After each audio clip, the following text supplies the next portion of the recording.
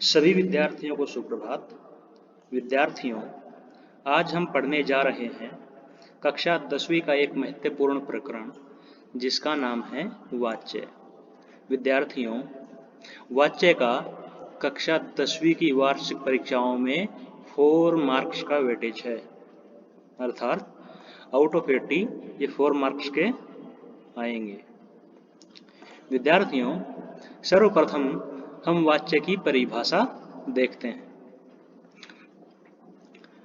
वाच्य का शाब्दिक अर्थ है बोलने का विषय या फिर क्रिया के जिस रूपांतर से यह जाना जाए कि क्रिया द्वारा किए गए विधान का अर्थ होता है कार्य, यानी क्रिया के द्वारा किए गए कार्य का केंद्र बिंदु कर्ता है अथवा कर्म है अथवा क्रिया भाव। यानी कहने का अर्थ क्या है, क्रिया के जिस रूपांतर से हमें यह पता चले कि जो क्रिया द्वारा किया गया कार्य है उसका केंद्र बिंदु क्या है। यदि वहां पे केंद्र बिंदु कर्ता होगा तो कर्तृवाच्य होगा, कर्म होगा तो कर्मवाच्य होगा, और यदि क्रिया का भाव वहां पे केंद्र बिंदु है तो वहां पे क्रिया भाव के कारण भाववाच्य होगा। जैसे वह फुटबॉल खेल रहा है, यह कर्तृवाच्य है। उससे फुटबॉल नहीं खेला जाता, यह कर्मवाच्य है। उससे खेला नहीं जा रहा, ये भाववाच्य है। अब ये जो भाववाच्य है, कर्मवाच्य है या कर्तृवाच्य है, ये किस तरीके से वाच्य बने हैं वो हम आगे पढ़ेंगे। विद्यार्थियों, जो वाच्य हैं, वाच्य के प्रकार होते हैं 3, यानी वाच्य 3 प्रकार के होते हैं। पहला है कर्तृवाच्य, दूसरा है कर्मवाच्य और तीसरा है भाववाच्य।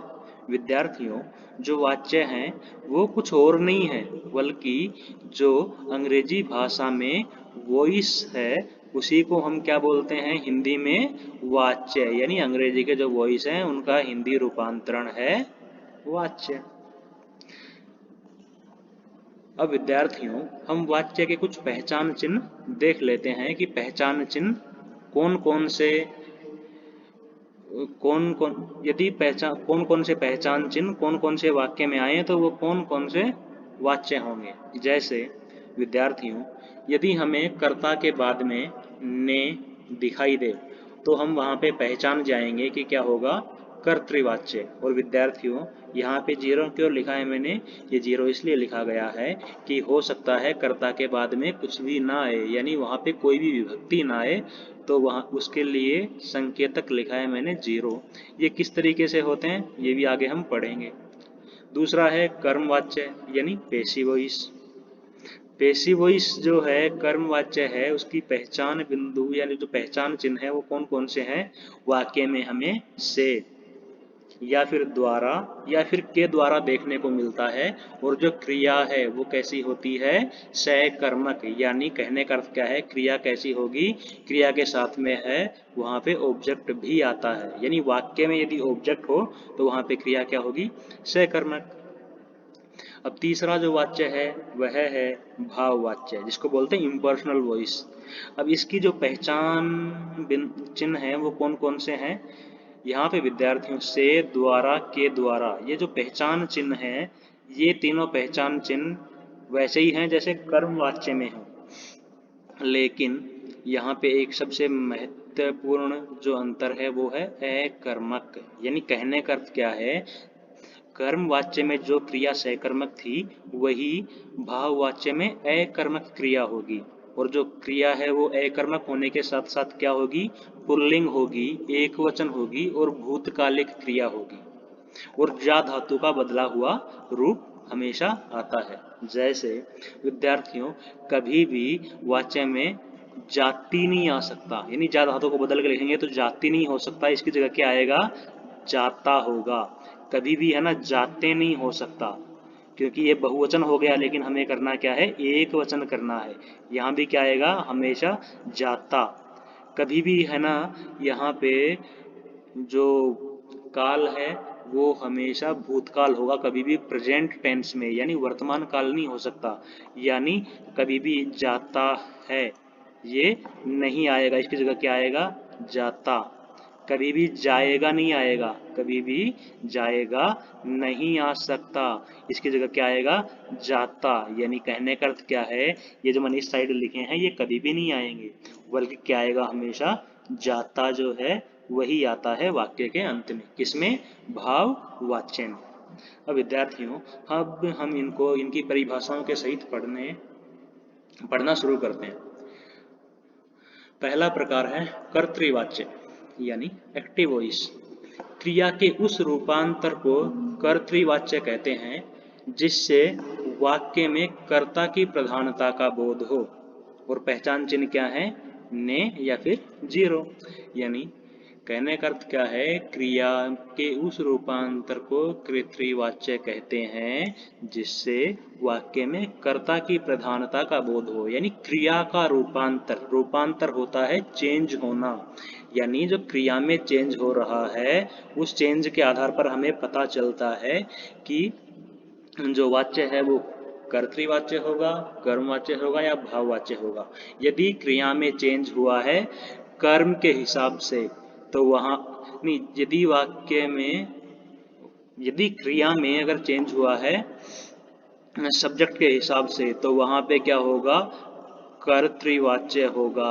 यदि वहां पे चेंज हुआ है ऑब्जेक्ट के हिसाब से तो वहां पे कर्मवाच्य होगा।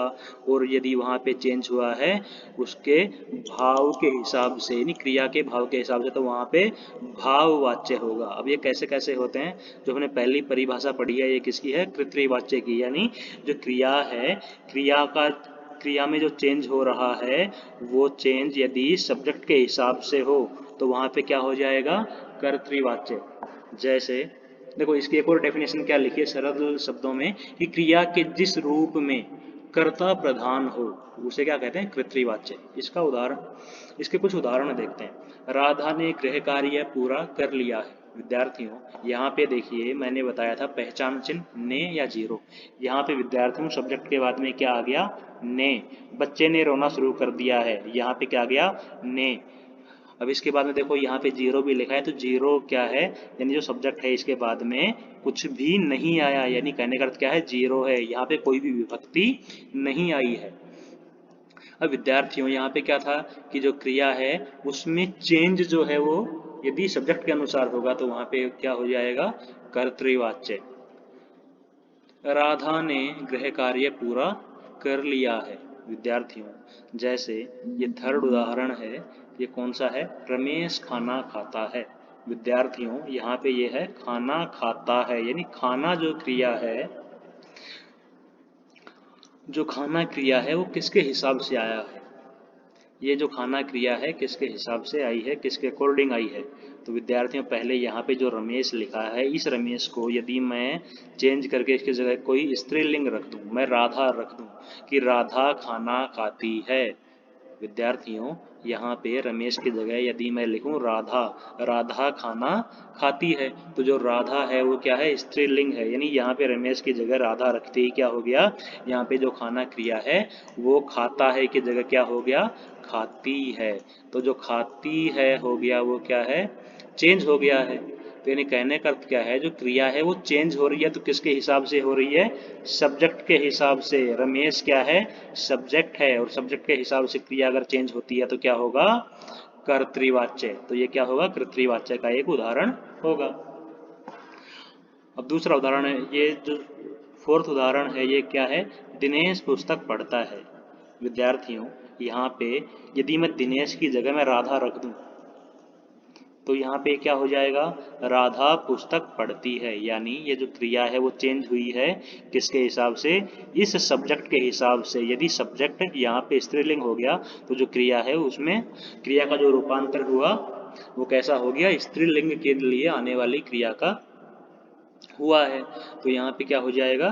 कर्तृवाच्य। लेकिन विद्यार्थियों जो पहले दो उदाहरण हैं उस पर हम यदि यही लॉजिक लगाएं तो ये पूरी तरीके से सही नहीं बैठेगा। जैसे राधा ने गृह कार्य पूरा कर लिया,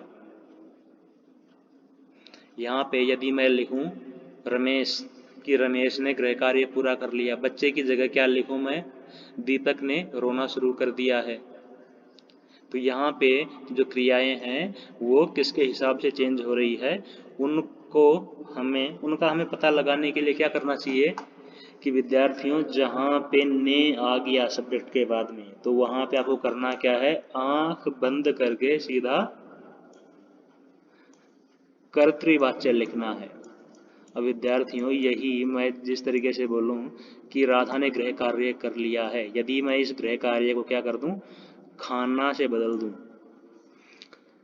कि राधा ने खाना खा लिया है, तो भी यहाँ पे क्रिया में कोई चेंज नहीं हो रहा।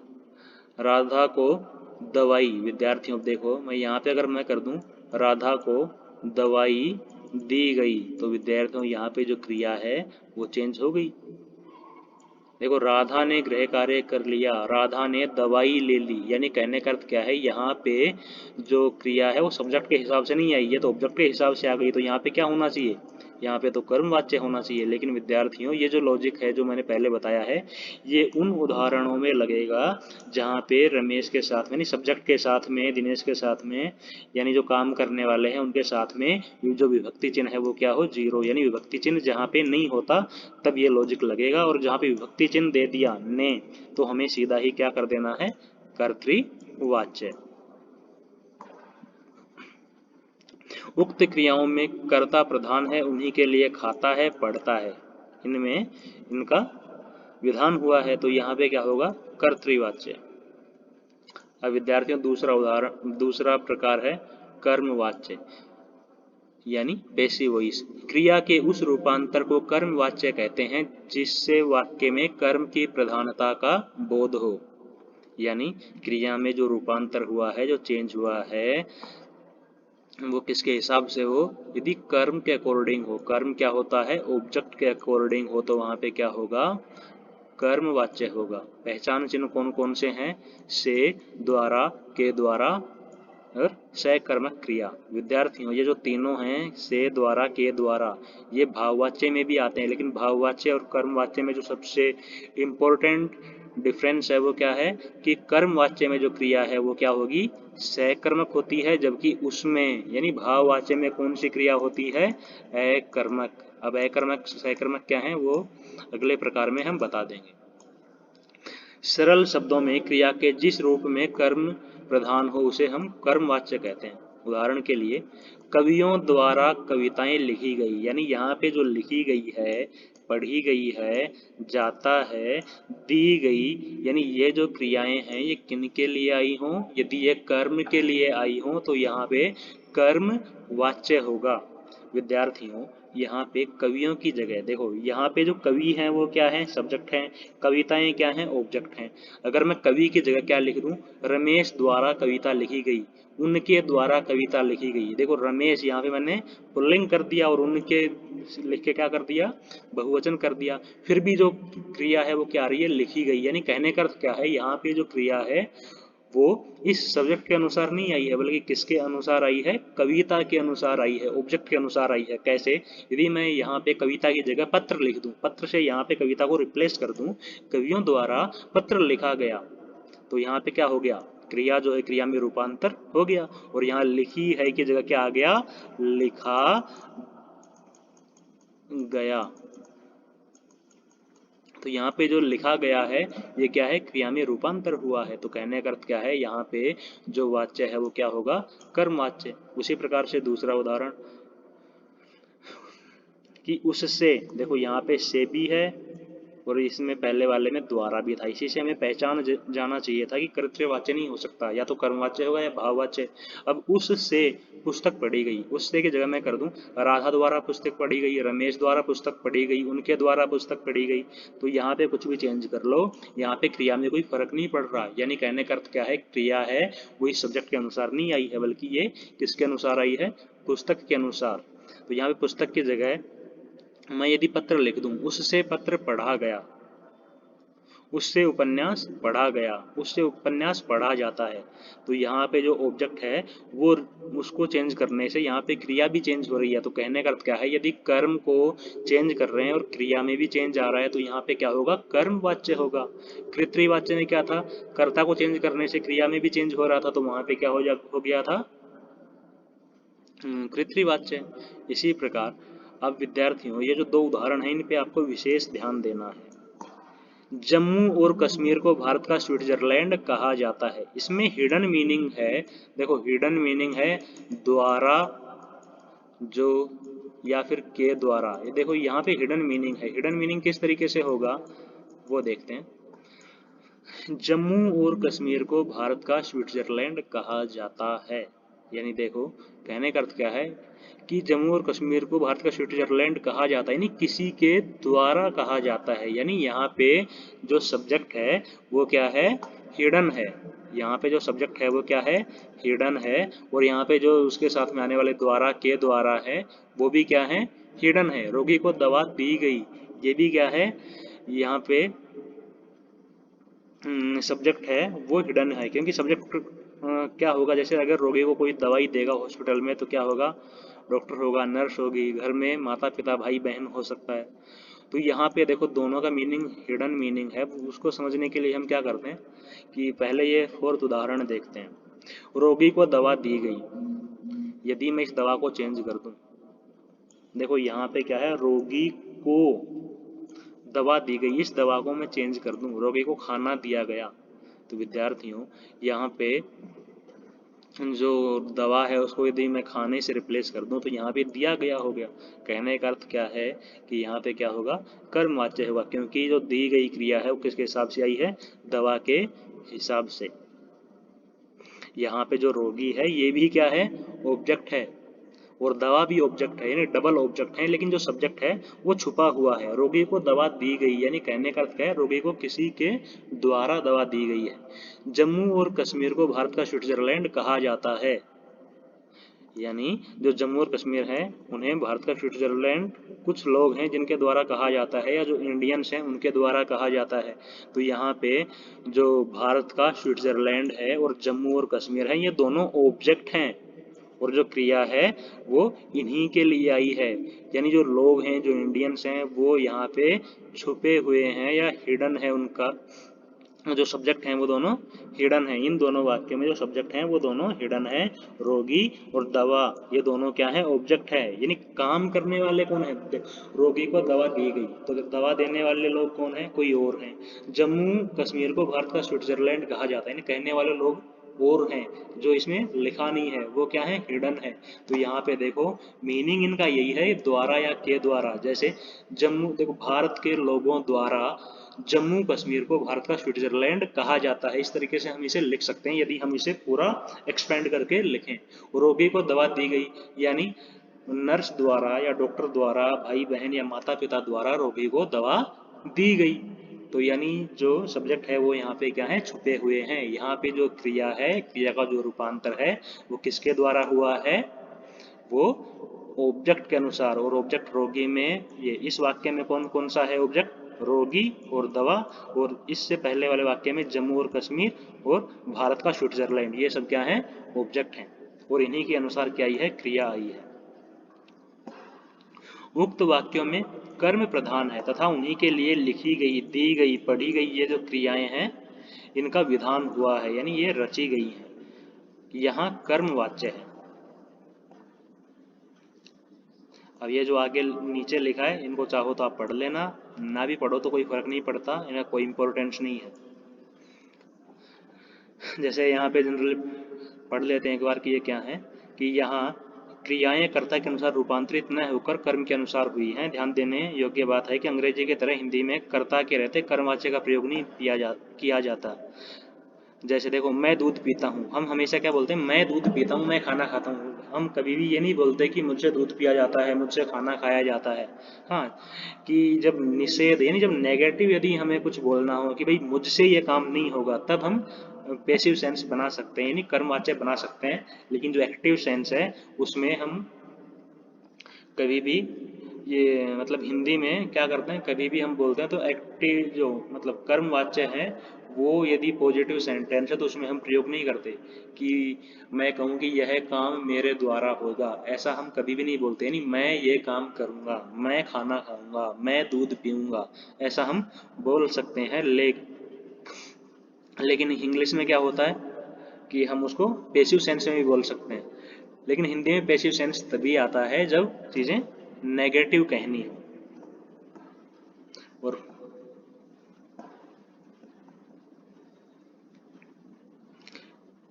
इसके पश्चात हम पढ़ेंगे भाववाच्य। भाववाच्य होता है विद्यार्थियों इम्पर्सनल वॉइस। क्रिया के उस रूपांतर को भाववाच्य कहते हैं जिसमें क्रिया अथवा भाव की प्रधानता हो। दूसरे शब्दों में क्रिया के जिस रूप में न तो कर्ता की प्रधानता हो न कर्म की, बल्कि क्रिया का भाव ही क्या हो, प्रधान हो, वहां पे क्या होगा, भाववाच्य होगा। पहचान चिन्ह कौन कौन से हैं? से, द्वारा, के द्वारा, ये कर्मवाच्य में भी थे। यहाँ पे ध्यान देने लायक बात क्या है, भाववाच्य में क्रिया हमेशा अकर्मक होगी, यानी यहाँ पे कभी भी ऑब्जेक्ट है वो नहीं आ सकता, ये बात हमेशा याद रखना। फिर क्रिया जो है पुल्लिंग होगी, एक वचन होगी, भूतकालिक क्रिया होगी, जा धातु का बदला हुआ रूप होगा। यानी जो जा है वो कैसा आएगा, हमेशा जाता, कभी भी वो पुल्लिंग नहीं हो सकता, यानी जात वो मतलब वो हमेशा पुल्लिंग होगा, कोई भी स्त्रीलिंग नहीं हो सकता। स्त्रीलिंग क्या है, जाति, यहाँ पे कभी भी जाति नहीं होगा। एक वचन होगा हमेशा, कभी भी बहुवचन नहीं होगा कि जाते हैं। भूतकालिक होगा, ये नहीं होगा कि जाएगा या फिर जाता है, यानी वर्तमान काल और भविष्य काल कभी भी नहीं हो सकता। अब जैसे मोहन से टहला नहीं जाता, विद्यार्थियों पहचान क्या है, यहाँ पे से है और यहाँ पे जाता आ रहा है, यहाँ जाता, यहाँ जाता, यहाँ जाता, यहाँ जाता, और देखो यहाँ पे से, यहाँ पे से, धूप में चला नहीं जाता, इसमें यहाँ पे कुछ नहीं दे रखा, और यहाँ पे देखो से। अब हमें करना क्या है, ये देखना है कि जो क्रिया है वो किसके हिसाब से आई है, भाव के हिसाब से। मुझसे टहला नहीं जाता, मोहन से टहला नहीं जाता, मुझसे टहला नहीं जाता। यहाँ पे विद्यार्थियों से आ गया और जाता आ रहा है, और यहाँ पे हमें ध्यान देने लायक बात क्या है, जो क्रिया है वो कैसी आई है, ऑब्जेक्टिव फ्री है। यानी कहने का अर्थ क्या है, क्रिया कैसी है, अकर्मक है, यानी कर्म यहाँ पे इन वाक्यों में आया भी नहीं है। मोहन से टहला नहीं जाता, यहाँ पे कोई भी ऑब्जेक्ट नहीं है। अब विद्यार्थियों हमें पता लगाना हो कि कर्म कैसे होगा, तो कर्म के लिए हमें क्या करना चाहिए, कर्म के लिए हमें हमेशा क्या से क्वेश्चन बनाकर देखना चाहिए। जैसे मोहन से टहला नहीं जाता, इसमें कर्म है या नहीं है, इसका पता करने के लिए क्या करना है, हमें क्या से क्वेश्चन बना देना है। मोहन से टहला नहीं जाता, मोहन से क्या टहला नहीं जाता, ऐसा कोई आंसर मिलेगा? यदि आंसर मिल जाए तो वही क्या होगा, ऑब्जेक्ट। जैसे मैं बोलूं कि मैं खाना नहीं खाता, तो इसका क्वेश्चन कैसे बनेगा, मैं क्या नहीं खाता हूं, क्या बनेगा। जैसे एक और एग्जांपल लें कि वह पत्र लिखता है, वह क्या लिखता है। देखो हमें क्या करना है, क्या तो रखना ही है, सब्जेक्ट भी रखना है और क्रिया भी रखनी है। देखो इससे पहले वाले में देखते हैं हम कर्मवाच्य, कर्मवाच्य में ज़्यादा हो रखा है, इससे पहले इसमें देख लेते हैं कृतवाच्य में। राधा ने गृह कार्य पूरा किया, देखो यहाँ पे एक मिनट इनको मैं देखो राधा ने गृह कार्य पूरा किया, सब्जेक्ट हमें रखना ही है और पूरा करना जो है ये क्रिया है, ये हमें रखनी है, और वाक्य को क्या बना देना है, क्वेश्चन मार्क लगा के प्रश्नवाचक वाक्य बना देना है। राधा ने क्या पूरा नहीं किया, हमें आंसर मिला क्या, गृह कार्य पूरा नहीं किया, क्या पूरा नहीं किया, गृह कार्य, यानी जो आंसर मिला क्या लगाने के बाद में वही क्या है, ऑब्जेक्ट है। बच्चे ने रोना शुरू कर दिया, बच्चे ने क्या करना शुरू कर दिया, रोना, तो यहाँ पे भी देखो ऑब्जेक्ट है। रमेश खाना पकाता है, रमेश क्या पकाता है, तो इसका आंसर क्या मिला, क्या का, खाना। और दिनेश पुस्तक पढ़ता है, दिनेश क्या पढ़ता है, पुस्तक, तो यहाँ पे ये भी क्या होगा, कर्म। तो इस तरीके से विद्यार्थियों हमें कर्म का भी पता कर लेना है। अब यहाँ पे यदि मैं इससे वाक्य बनाऊं, मोहन भी हमें रखना है और टहलना जो क्रिया है ये भी हमें रखनी है। और क्या से क्वेश्चन बनाना है कि मोहन से क्या टहला नहीं जाता, कोई उत्तर मिल रहा है यहाँ पे हमें कोई भी उत्तर नहीं मिलता, कोई भी उत्तर नहीं मिलता। तो इसका मतलब क्या है, यहाँ पे कोई भी कर्म नहीं है, कोई भी कर्म नहीं है। से यहाँ पे आ गया, जाता यहाँ पे आ रहा है, तो इसका मतलब क्या है, यहाँ पे भाववाच्य। मुझसे उठा नहीं जाता, मुझसे क्या उठा नहीं जाता।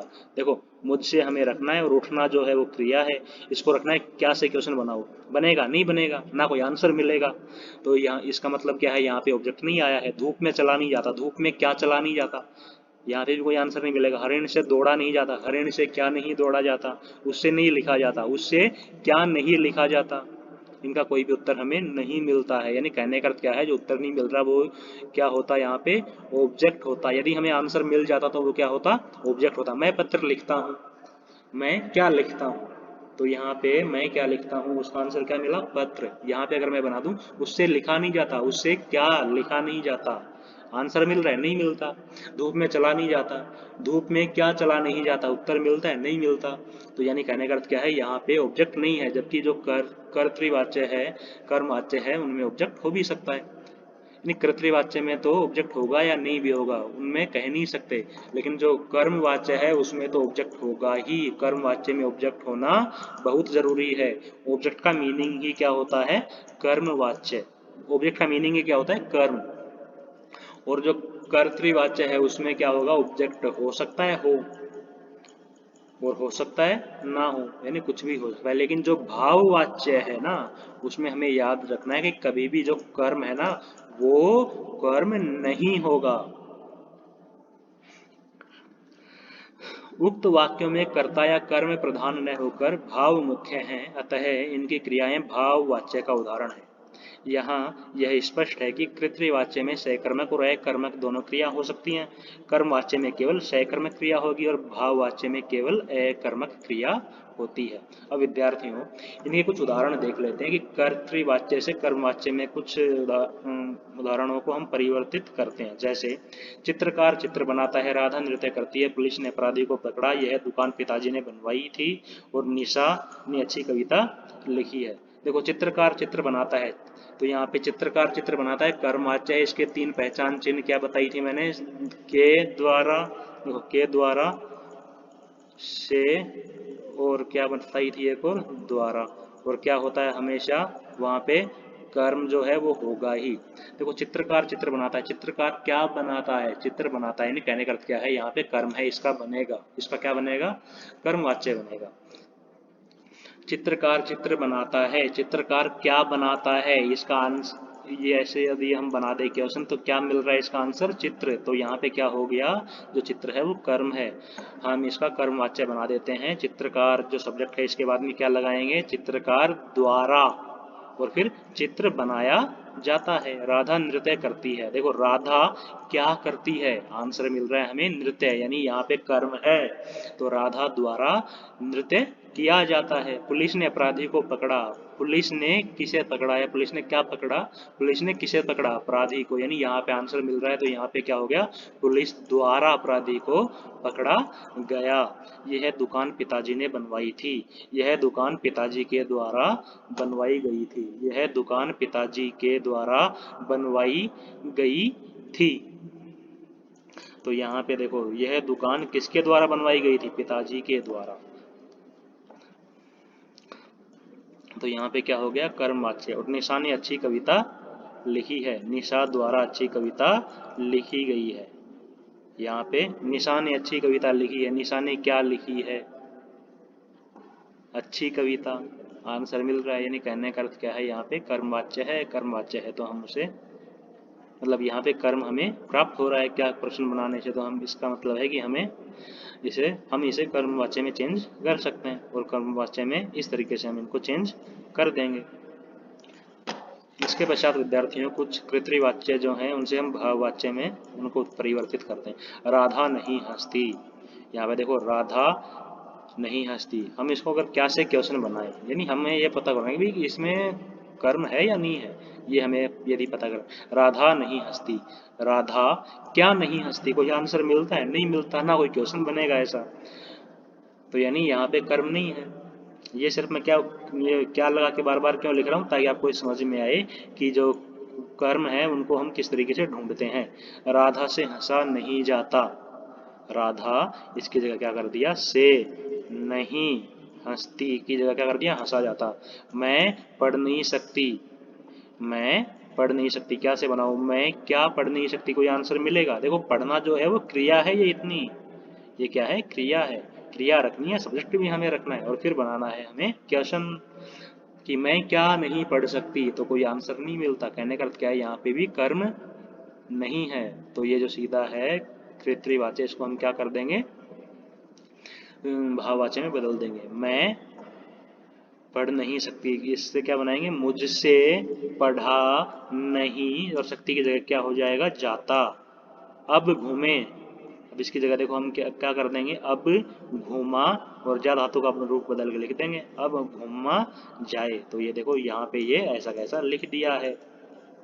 वह नहीं चलता है, वह क्या नहीं चलता है, कोई उत्तर नहीं मिलता। कहने का अर्थ क्या है, यहाँ पे कर्म नहीं है, तो इसे हम क्या कर देते हैं, भाववाच्य में बदल देते हैं।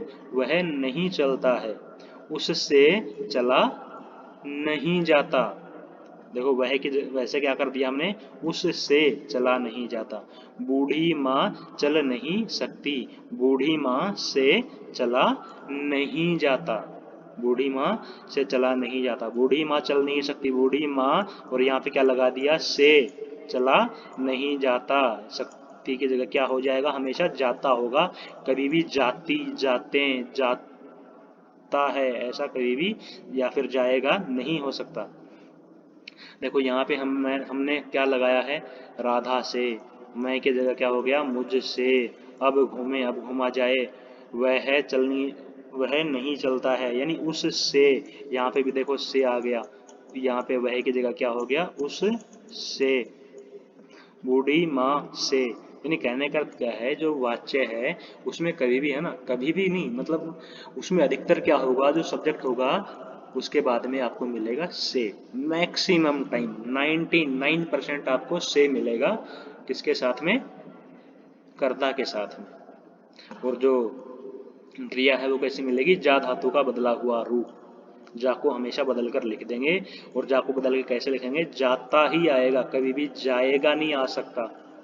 कभी जाता, देखो कभी भी जाता है, जाता है ये भी नहीं आएगा, और कभी भी जाएगा, और कभी भी जाते, यानी ये जो चीजें हैं इस तरीके से इनको हम नहीं लिखेंगे। यदि इनको लिखते हैं तो हो सकता है वो कर्मवाच्य होंगे या फिर कर्तृवाच्य होंगे, लेकिन जो भाववाच्य हैं उनमें हम इनको इस तरीके से नहीं लिखेंगे। विद्यार्थियों, इस वाच्य को हमें बहुत अच्छे से पढ़ना है, क्योंकि हिंदी की वार्षिक परीक्षा में, कक्षा 10वीं की हिंदी वार्षिक परीक्षा में इसका बहुत ही इम्पोर्टेंट रोल है। ये कितने मार्क्स के आते हैं, 4 मार्क्स के। यदि आपको कोई भी डाउट हो तो आप कभी भी पूछ सकते हैं। तब तक के लिए घर पे रहें, स्वस्थ रहें। धन्यवाद।